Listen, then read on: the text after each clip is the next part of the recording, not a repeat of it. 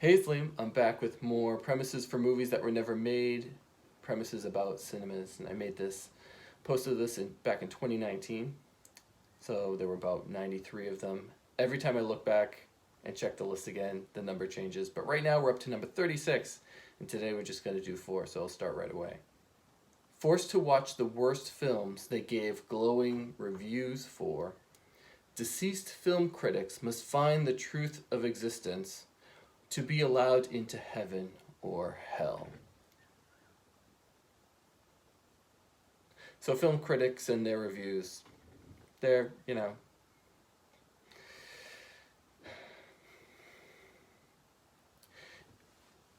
at the time, they don't really know how a film is going to impact an audience.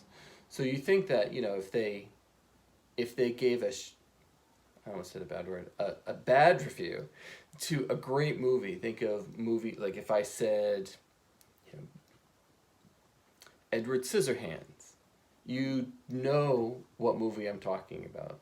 And you might love it, you might not, but it becomes iconic. And what would reviewers have said at the time? It's a very, very bizarre movie, very niche, but what would they have said? Would they have gotten it right? So would they have trashed something like, I don't think they did, but suppose they trashed something that people ended up loving. Well, that's an easy one to, they should go to hell for that one. But this is the other way around, where they gave great reviews for bad movies. So what movies are these? I didn't, that was enough words in the premise that I couldn't pack any more jibber jabber into it. But what I'm implying is when the film industry makes movies for themselves, they just get kind of bored with the movies they make for the rest of us. And they want to do something that's a little more, challenging for them. This interesting camera work, this interesting plots to them. Dramatic performances that are just, it doesn't really resonate with general audiences, but they just eat that stuff up because they want nomination. They want to be recognized by their peers in the industry. So they make these movies that are they're just bad, but everybody in the industry just gushes over them. They're painful to watch. They're characters doing horrible things to other characters. The plots don't have any kind of satisfying beginning, middle, end. Why would you go and watch this movie? You're just never going to get that money, but you're never going to get that hour and a half, 2 hours back. So this is film critics giving glowing reviews for movies that are really just awful and self-serving. And the truth of existence, heaven and hell, that's just dumpy. That's all that is. 37. After watching Ben Hur, what a shift, huh? After watching Ben Hur, moviegoers emerged to discover that in the 4 hours they were inside, their 1959 world has changed forever. So you can tell that I did a little bit of research on this one, that Ben Hur was in 1959, and it was 4 hours long. I mean, it was notorious, I guess, for its length. But 1959...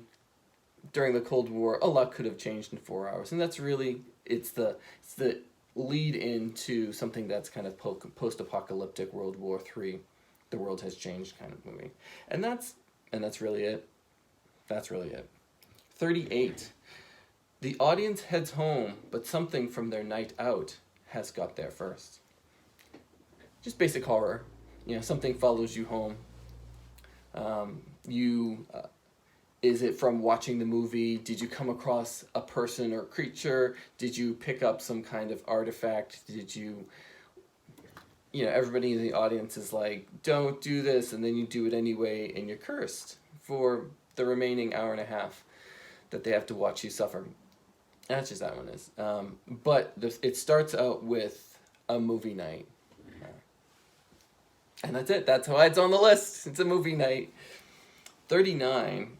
Is a group of demographically balanced teen archetypes stand their ground against demographically homogeneous forces standing against their dreams. So this is really a teen movie, just a high schooler teen movie. You want any kid, no matter who they are, to identify with some of their characters, so you make their characters very blended. There's someone there that you're going to connect with. But the institution, the antagonists, the foe, they do not need. They need to be simple because it is a teen audience, and it's just, either date night or a bunch of kids just going to watch a movie. It could be Power Rangers. It could be something like, not I Know What You Did Last Summer, but because that wasn't very homogeneous, now was it? But it's trying to get a lot of kids to come, and it's not making it that complicated for them. You use celebrities and 20-something actors portraying teenagers to get the kids, someone's got a poster on their wall, that kind of stuff, to bring them into the movies, and you don't make it too complicated. So what does this have to do with the movies then?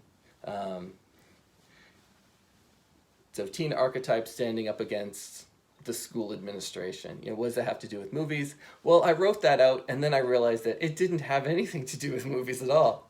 But I had